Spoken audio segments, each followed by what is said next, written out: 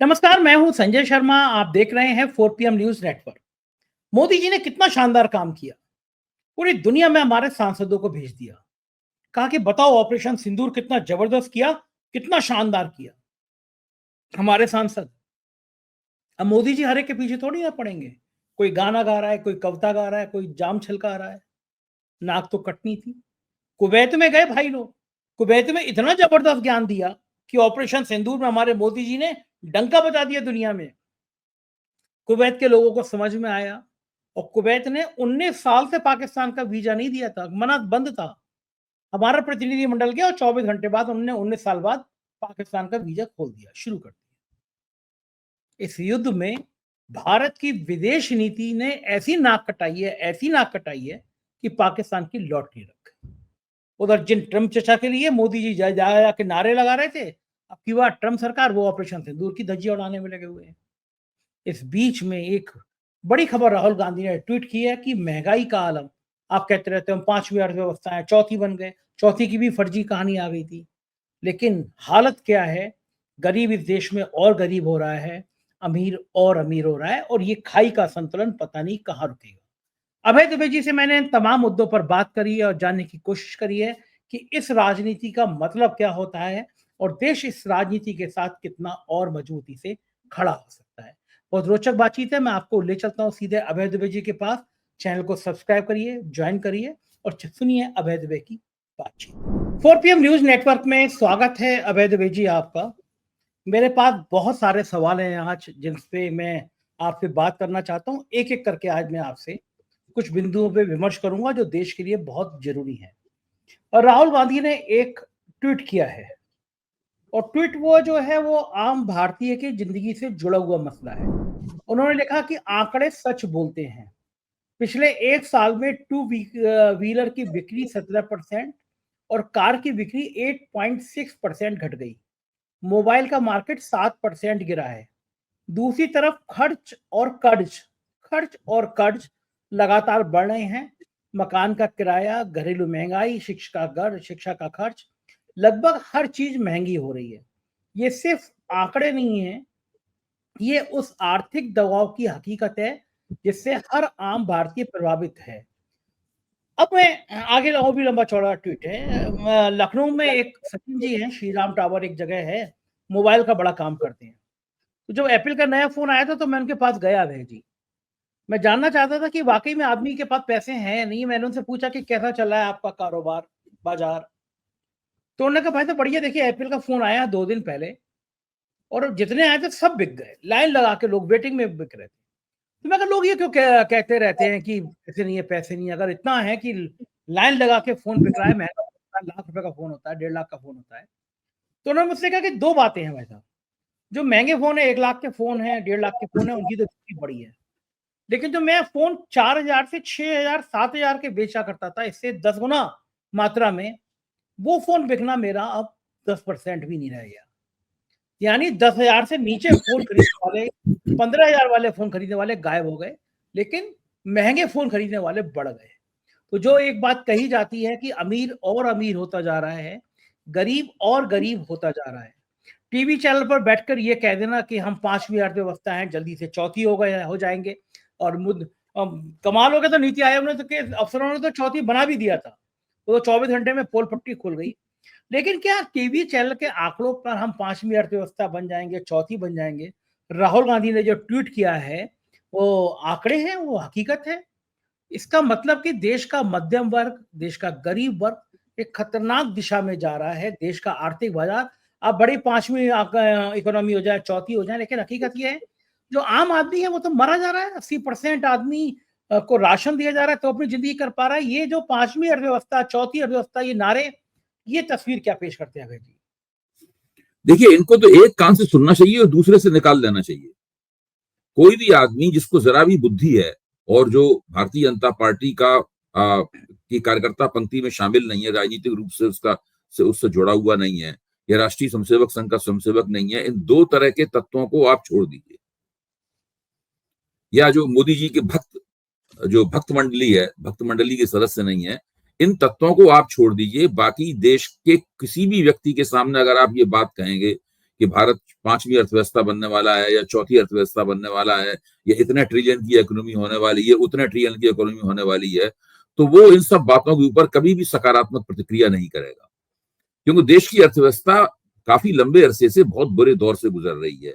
इस प्रकार के आंकड़े जाने से कि इस तिमाही के अंदर इतना बढ़ गया जीडीपी, इस तिमाही के अंदर ग्रोथ रेट इतने % बढ़ गया, इससे कुछ फर्क नहीं पड़ता है। सवाल इस बात का है कि जमीन पर क्या हो रहा है। जमीन पर जो हो रहा है उसकी कसौटी केवल एक है, क्या लोगों की आमदनी बढ़ रही है। अगर लोगों की आमदनी बढ़ेगी तो न केवल अमीर लोग सेल फोन खरीदेंगे, लाख 1.5 लाख का फोन बिकेगा, वरना छोटे स्तर का जो फोन है, जो 10,000 का, 15,000 का, 20,000 रुपए का फोन है, वो फोन भी बिकेगा। अगर लोगों की आमदनी बढ़ेगी तो 30-35 लाख की हाइब्रिड कार या और भव्य किस्म की जो कारें, जो एसयूवीज बाजार में, जिनसे बाजार भरा हुआ है, वो कारें लाइन लगाकर बिकेंगी। बल्कि छोटी कारें जो हैं, जिनकी बिक्री तकरीबन समाप्त हो चुकी है, छोटी कार के बारे में आज ही अखबार में खबर है कि छोटी कार से ही भारत में कार रेवोल्यूशन हुई थी, कार क्रांति हुई थी।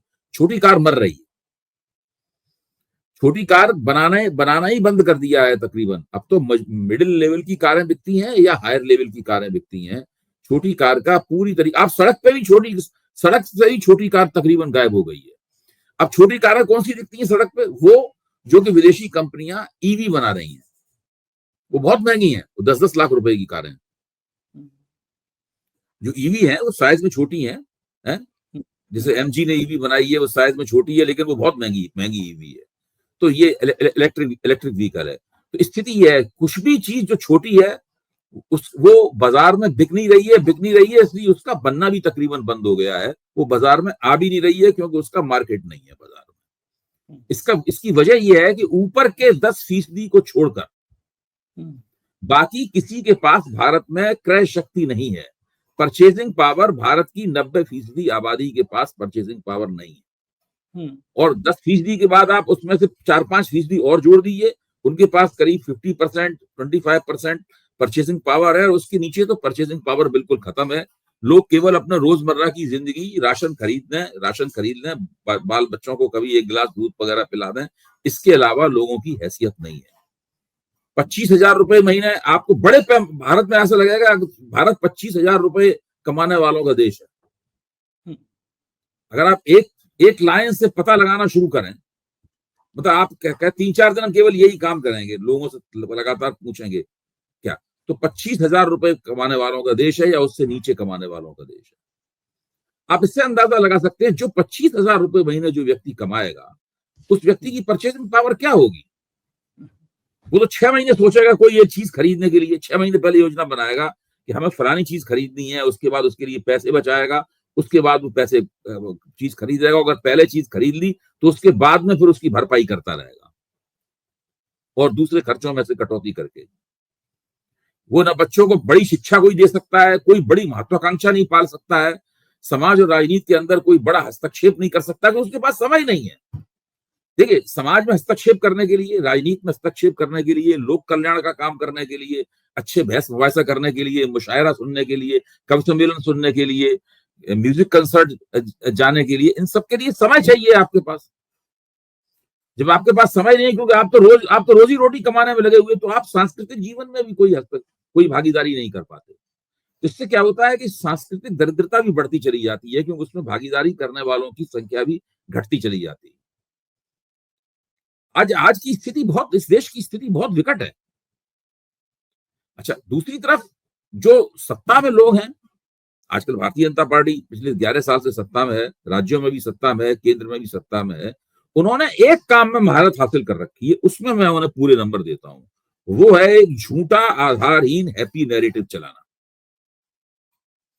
इस काम में उनका कोई जवाब नहीं है। मीडिया स्पेस कैप्चर कर रखा है। जो सरकार चाहती है वो झूठा हैप्पी नैरेटिव चलाया जाता है। विपक्ष को लगातार कटघरे में खड़े करने की योजनाएं बनाई जाती हैं और मीडिया के जरिए उन्हें कटघरे में खड़ा किया जाता है। मैं आपको ताजा उदाहरण देता हूं। आईपीएल में जो बंगलोर की टीम है, रॉयल चैलेंजर, वो 18 साल बाद जीत गई। जीत जाने के बाद में चिन्नास्वामी स्टेडियम के अंदर एक बड़ा जीत का जश्न मनाया गया, समारोह हुआ। उसमें ज्यादा लोग, बहुत लोग जमा हो गए, भगदड़ मची। करीब 11, 12 या 14 लोगों का तो वहां पर देहांत हो गया उस भगदड़ में, भीड़ से। अब इस पर टीवी चैनलों के ऊपर हंगामा मचा हुआ है। भाई भगदड़ मची, उसमें इतने लोगों का देहांत हुआ, निश्चित रूप से पुलिस जिम्मेदार है, वहां की सरकार जिम्मेदार है, वहां का प्रशासन जिम्मेदार है, सब लोग उसके लिए जिम्मेदार हैं। अब जानते हो क्या हो रहा है कि बीच में तो टीवी में भगदड़ वाला सीन दिखाया जा रहा है, एक तरफ उन लोगों की तस्वीर चल रही है ऐसी लाइन से ऊपर से नीचे तक जो मरे हुए लोग हैं, जो भगदड़ के शिकार हुए हैं, और एक तरफ इसके गुनाहगार कौन है उनकी तस्वीर चल रही है। गुनाहगारों में सबसे पहले मुख्यमंत्री सिद्धरमैया की तस्वीर है, फिर उप मुख्यमंत्री डी.के. शिव कुमार की तस्वीर है, फिर गृह मंत्री की तस्वीर है, फिर आईजी की तस्वीर है। यार इनके ये 8 गुनाहगार उस वक्त क्या कर रहे थे? 8 गुनाहगार उस वक्त घर के अंदर बैठे हुए थे, घर के बाहर बैठे हुए थे, कि वो टीवी देख रहे थे। ये सारी चर्चाएं हो रही हैं। अब कुंभ में जो भगदड़ मची थी और उसमें कितने लोग मारे गए थे, ये भगदड़ तो कुछ भी नहीं है उसके सामने। उस वक्त ना तो योगी आदित्यनाथ की तस्वीर चलाई गई थी, नरेंद्र मोदी की तस्वीर चलाई गई थी, किसी की तस्वीर नहीं चलाई गई थी उस वक्त, क्योंकि मीडिया पूरी तरीके से बीजेपी ने बता रहा हूं कैप्चर कर रखा है। तो इस वक्त विपक्ष जहां मौका मिलता है, विपक्ष के पीछे सुपारी लेके पड़ा हुआ है और सरकार की बल्ले बल्ले करता है। अभय जी भाई बहुत बड़ा बिल्कुल। अभय जी जब ये कुंभ की भगदड़ मची 9:30 बजे के आसपास मुख्यमंत्री ने बयान दिया, एएनआई को बयान दिया कि वहां पे कुछ हल्की फुल्का सा वो हो गया था, बिल्कुल कोई छोटी मोटी चोटें लगी हैं, कुछ नहीं है। हमारा रिपोर्टर है क्षितिज कांत बड़ा तेज तर्रार वो मौजूद था। मैंने उससे कहा जरा पोस्टमार्टम हाउस पहुंचो, मैं यहाँ लाइव पे बैठा हूँ तुम्हारे साथ में, देखूंगा कोई कैजुअलिटी तो नहीं है। ये 10:30 बजे तक मैं लाइव कर रहा था क्षितिज के संग। पोस्टमार्टम हाउस पे 4 PM ने देश में सबसे पहले 30 लाशें दिखा दी कि एक तरफ मुख्यमंत्री का बयान है कि कुछ नहीं हुआ, कोई सरकार का कोई प्रतिनिधि बोलने को तैयार नहीं था। 4 PM ने सबसे पहले 30 लाशें दिखा दी। अगले दिन हमने 67 लाशों का स्टिंग करके दिखा दिया कि ये 67 लाशें हैं। और हमारे 30 लाशें गिरने के बाद भी, दिखाने के बाद ही मुख्यमंत्री जी ने ट्वीट नहीं किया, लेकिन प्रधानमंत्री का ट्वीट आ गया कि मैं श्रद्धांजलि दे रहा हूं। तब पता चला दिल्ली लखनऊ की लड़ाई भी चल रही है। लेकिन क्या हुआ, गोदी मीडिया ने कभी, आप सही कह रहे हो, योगी आदित्यनाथ की फोटो नहीं लगाई। दूसरी बात, कर्नाटक में ये जो बंगलौर में जो ये हंगामा हुआ, भगदड़ मची और बहुत सारे बेगुनाह बेचारे बेकसूर लोग मारे गए, पूरे अफसर तो सस्पेंड कर दिए मुख्यमंत्री ने, जिम्मेदार बड़े बड़े सीनियर अफसर सस्पेंड कर दिए। लेकिन कुंभ का मेला अधिकारी आज तक सस्पेंड नहीं हुआ, एक दरोगा तो सस्पेंड नहीं हुआ। कि कुंभ में इतने हादसा हुआ, इतना भ्रष्टाचार हुआ, कोई दरोगा तो सस्पेंड नहीं हुआ था। लेकिन कार्रवाई हुई, कार्रवाई बहुत बड़े लेवल पे हुई कुंभ में। वो ये हुई कि 4 PM ने सबसे पहले दिखाया, तो कुंभ के बाद से अब तक उत्तर प्रदेश सरकार का गृह विभाग केंद्र को 3 चिट्ठी लिख चुका है कि मेरे खिलाफ ईडी से जांच करा ली जाए। इतनी कार्रवाई। तो कार्रवाई के नाम पर है क्या कि आप जो कुंभ में जो भगदड़ हुई उसके मर्म को नहीं समझ पाए। उसके मर्म को केवल 2 लोगों ने समझा, मुख्यमंत्री योगी आदित्यनाथ, दूसरे का नाम है प्रधानमंत्री नरेंद्र मोदी। जो मरे वो पुण्यात्माएं हो गई। हाँ, बाबा बागेश्वर ने कहा था कि सीधा मोक्ष मिल रहा है। नहीं नहीं, पहले तो उन लोगों ने कहा था, बाबा बागेश्वर ने तो बाद में कहा। ये लोग पुण्यात्माएं हो गई। ये स्थिति है। चूंकि इस ये भगदड़ इसलिए आयोजित हुई थी कुंभ में ताकि लोग पुण्यात्माएं बन जाएं, तो जाहिर है कि उस भगदड़ के जिम्मेदार लोगों के खिलाफ तो कोई कार्रवाई होगी नहीं।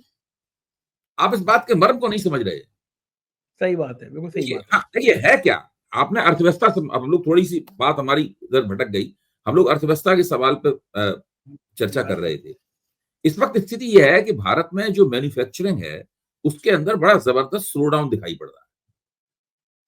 अच्छा, अर्थव्यवस्था के प्रश्न ऐसे होते हैं, इनको बहुत ज्यादा छुपाया नहीं जा सकता, कि उसका सीधा सीधा असर लोगों की जिंदगी पे दिखाई पड़ता है, लोगों के चेहरों पे दिखाई पड़ता है, उनके रोजगार के ऊपर दिखाई पड़ता है। तो खबर किसी न किसी रूप में सामने निकल कर आ ही जाती है, बावजूद इसके कि मीडिया स्पेस काफी हद तक कैप्चर कर लिया गया है। अच्छा, अब जो अर्थव्यवस्था के मोर्चे पे जो जबरदस्त नाकामी है, इस नाकामी को छुपाने के लिए कुछ करना पड़ेगा।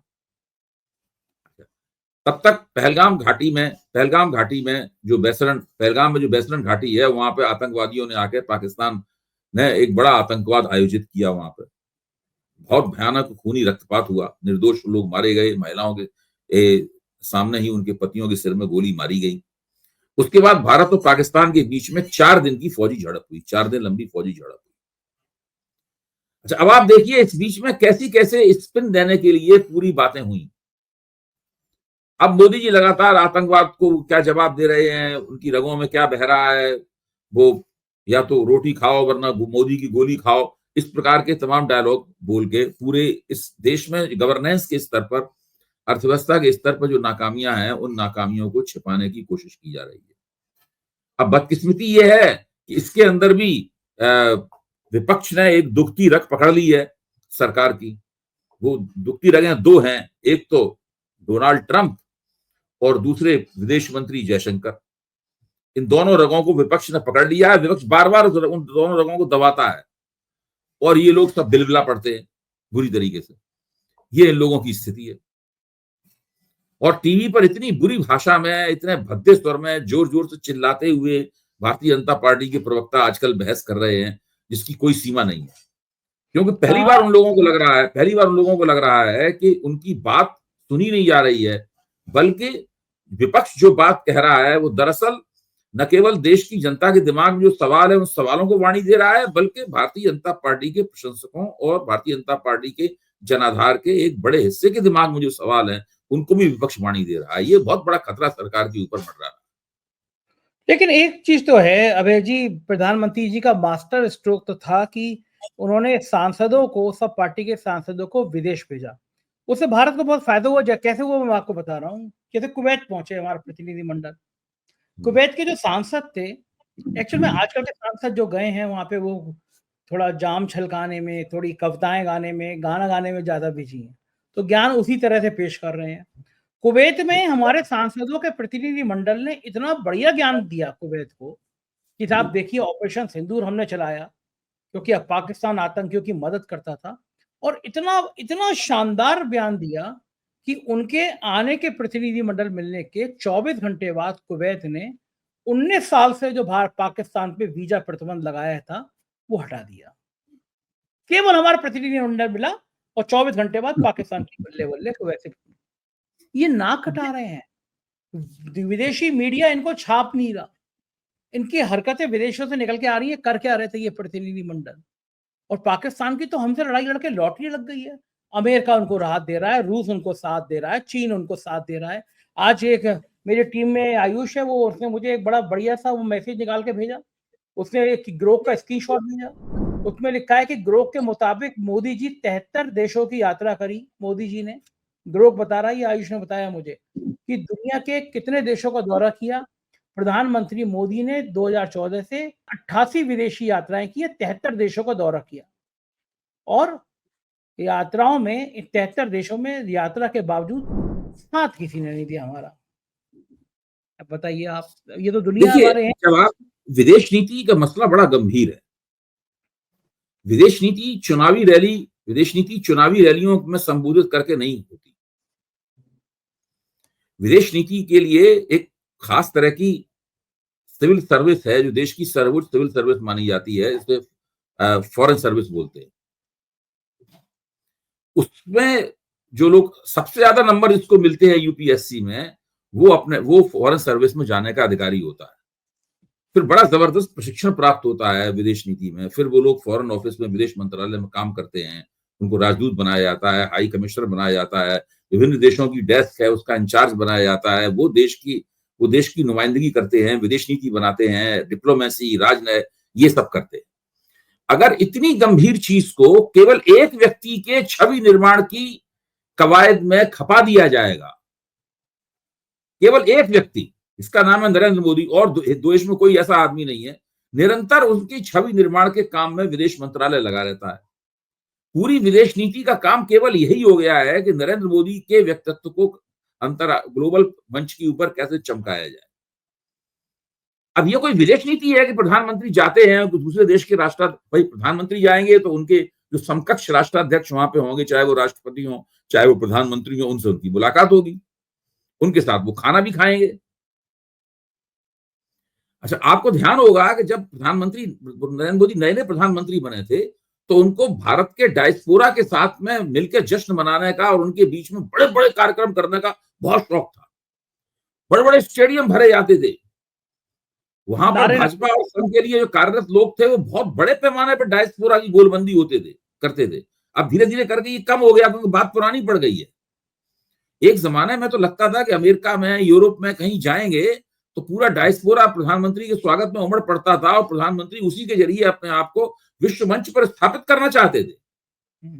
अच्छा, बिना किसी दूरंदेशी का इस्तेमाल किए हुए इन्होंने अपनी यात्राएं की। मसलन जब रूस और यूक्रेन के बीच में युद्ध हुआ तो बिना इस बात की परवाह किए हुए कि रूस के साथ हमारी दोस्ती कितनी पुरानी है, ये गए और यूक्रेन के ज़ेलेंस्की नेता के साथ में गले मिले और इस तरह से अपने आप को पेश किया जैसे कि ये यूक्रेन और युद्ध और रूस का युद्ध बंद करवा देंगे। भारत में तो कम से कम इसी तरह का प्रचार हुआ। हाँ, बिल्कुल। आज क्या स्थिति है? आज रूस भारत के प्रति उस तरह से हमदर्दी नहीं रखता। अनमनापन है रूस के अंदर। भारत का खुल के रूस ने विरोध नहीं किया, ये सही बात है, अनमनापन है। और पाकिस्तान को एक ऐसे मौके पे, जबकि भारत के साथ उसका इतना बड़ा संघर्ष चल रहा है पाकिस्तान का, पाकिस्तान में एक बहुत पुराने स्टील प्लांट के लिए बहुत ही लंबी चौड़ी, इतनी लंबी चौड़ी मदद रूस देने के लिए जा रहा है जिससे पाकिस्तान की अर्थव्यवस्था को बहुत लाभ होगा। अब एशियन डेवलपमेंट बैंक है, उसने, मोदी जी 1 तारीख को मिलते हैं उसके अध्यक्ष से और 4 तारीख को वो 6,75,000 करोड़ रुपए का लोन पाकिस्तान को दे देता है। अंतर्राष्ट्रीय मुद्रा कोष के लोन की जो दूसरी ट्रांच, सेकंड ट्रांच थी, वो सेकंड ट्रांच जो इस वक्त भारत की मुहिम के कारण रोक दी जानी चाहिए थी, वो अमेरिका वो सेकंड ट्रांच भी उनको दे देता है। तो पाकिस्तान ने भारत के साथ में जो 4 दिन की झड़प हुई, उस झड़प में फौजी हिसाब किताब से पाकिस्तान को नुकसान हुआ, इसमें कोई शक की बात नहीं। भारतीय सेनाओं के शौर्य पराक्रम के कारण पाकिस्तान को मुंह की खानी पड़ी, इसमें भी कोई शक नहीं। लेकिन इसके अलावा जितने भी क्षेत्र थे उसमें पाकिस्तान ने कामयाबी हासिल की और वो अब उसका फायदा उठा रहा है। इस झड़प से पहले पाकिस्तान आर्थिक रूप से ज्यादा खराब हालत में था। आज पाकिस्तान के जो खैरख्वाह हैं, उनको मदद देने वाले लोग जो हैं वो संख्या में ज्यादा हैं। पाकिस्तान को बहुत ज्यादा कर्जा प्राप्त हो चुका है। पाकिस्तानी फौज की पाकिस्तान के अवाम में बहुत अच्छी छवि बन चुकी है। आसिम मुनीर ने अपने आप को हीरो के तौर पर पेश किया है, उनको फील्ड मार्शल बना दिया गया है। तो इस वक्त पाकिस्तान की राजनीति जो है, जिस तरह जो वो फायदे भारत के साथ दुश्मनी करके हासिल करना चाहते थे, वो लगभग सारे फायदे उनको प्राप्त हो गए। अच्छा, अब बड़े पैमाने पर आलोचकों का कहना है कि भारत और पाकिस्तान हाइफनेटेड हो गए। सीधा मतलब हुआ भारत और पाकिस्तान, हाइफन उन दो चीजों के बीच में लगाया जाता है जो समकक्ष होते हैं, इसका एक साथ नाम लिया जाएगा। यानी जो एक ही तराजू पे तौले जाएंगे, 2 अलग अलग तराजुओं पर नहीं तौले जाएंगे, एक ही हैसियत है तो एक ही श्रेणी में रखे जाएंगे। ऐसा क्यों हुआ? आप देखिए, भारत सरकार, मोदी सरकार और मीडिया ने भारत की हर चीज में पाकिस्तान से तुलना की। भारत की फौज पाकिस्तान से बेहतर है, भारत की इकोनॉमी पाकिस्तान से बेहतर है, भारत का लोकतंत्र, पाकिस्तान में लोकतंत्र नहीं है, भारत में लोकतंत्र है, वगैरह वगैरह वगैरह वगैरह, ये सब। और पाकिस्तान में ज्यादा अल्पसंख्यकों को सताया जाता है, भारत में कम सताया जाता है, वगैरह वगैरह इस प्रकार की। तो ये तो जब खुद ही लगातार आप पाकिस्तान के साथ तुलना की ही राजनीति करेंगे, मीडिया दिन रात भारत की पाकिस्तान से तुलना करता रहता है, तो ऐसे में एक मौका ऐसा आएगा ही जब आप हाइफनेटेड हो जाएंगे, एक ही तराजू में तौल दिए जाएंगे। बिल्कुल ठीक बात है। अच्छा, अब लेकिन जी, समस्या ये है कि प्रधानमंत्री जी अपने घर में पेड़ लगा रहे हैं सिंदूर का, उधर सोशल मीडिया पे चल रहा है कि ट्रंप ने ऑपरेशन सिंदूर की बहुत निंदा की, आलोचना करी।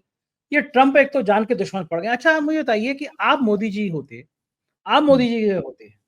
और ट्रंप ये कर रहे होते आपके साथ में, कभी हथकड़ी बेड़ी लगा के भारतीयों को भेज देते, कभी आप इतने मन से जाते हो, कहते अब की बार ट्रंप सरकार, और ये मानते ट्रंप तो मेरे दोस्त हैं, फिर ट्रंप आपके संग ये व्यवहार करते, आपके नागरिकों को हथकड़ी बेड़ी लगा के भेज देते, ऑपरेशन सिंदूर में पाकिस्तान के साथ खड़े हो जाते, आपको धमकाते, आपकी बाइबली कर देते कि भाई मैंने कहा है भारत और पाकिस्तान से शांत बैठो, धंधा करो, युद्ध मत करो। तो आप क्या करते? मोदी जी क्या गलत कर रहे हैं या सही कर रहे हैं? जिस दिन से ट्रंप राष्ट्रपति बने हैं, यानी 20 जनवरी से उन्होंने राष्ट्रपति पद की शपथ ली थी। आप देखिए, उसके बाद उन्होंने एक टैरिफ वार शुरू किया। उन्होंने टैरिफ की मिसाइलें सारी दुनिया के ऊपर दागी और उस हर देश के मुकाबले ट्रंप को पीछे कदम खींचना पड़ा जो ट्रंप के मुकाबले जमकर खड़ा हुआ, चाहे वो मैक्सिको हो, चाहे वो ग्वाटेमाला हो, चाहे वो चीन हो, वो सारे देशों के मुकाबले ट्रंप को पीछे कदम खींचना पड़ा।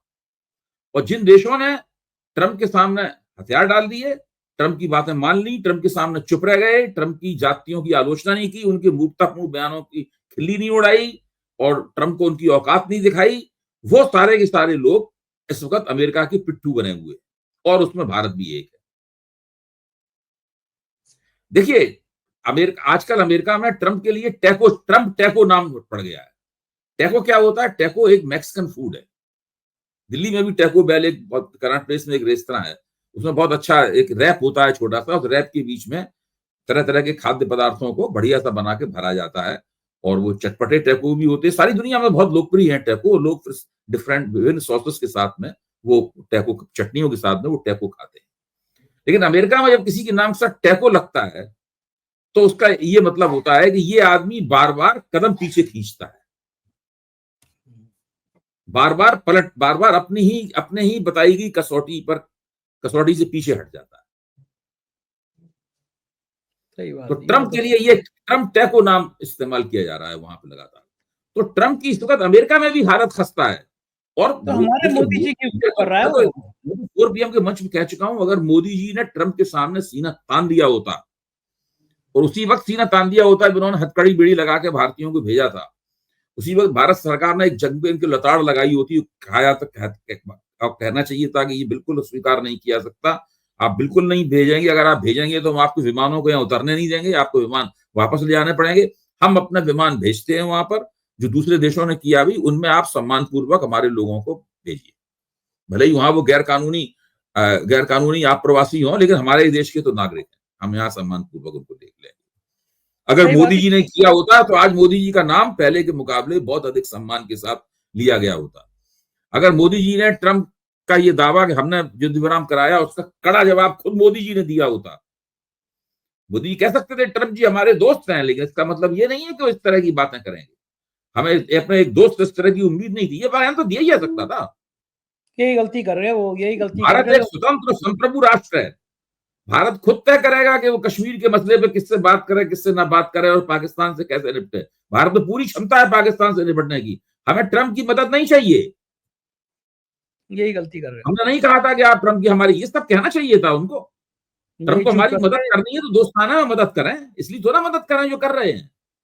अब तो भाजपा के प्रवक्ता भी मानने लगे हैं। मैं टीवी पे बात उठाता हूं तो लोग कहते हैं कि भाई अभय जी की इतनी बात तो सही है कि जब ट्रंप ने पहले ये बयान दिया कि संघर्ष विराम हो गया तो सब लोगों को बहुत बुरा लगा कि ट्रंप ने पहले कहा, बाद में ये बात ठीक हो गई। ये तो उन्होंने ये कहते हैं, इतना तो मान लिया उन्होंने, ट्रंप के उस बयान से सब लोगों को झटका लगा था। ये बात तो ठीक है और मोदी जी यहाँ चूके, लेकिन हम लोग निगाह बनाए रखेंगे, बातचीत करते रहेंगे। बहुत शुक्रिया अभय जी, आपने समय दिया। Thank you. ये थी सारी बातचीत। मुझे यकीन है कि आपको बातचीत पसंद आई होगी। तर्कों के साथ की गई बातचीत थी। अगर पसंद आई होगी तो प्यार भरा कमेंट जरूर करिएगा। आपका साथ मेरे लिए बहुत महत्वपूर्ण है, इसे बनाए रखिएगा। Thank you.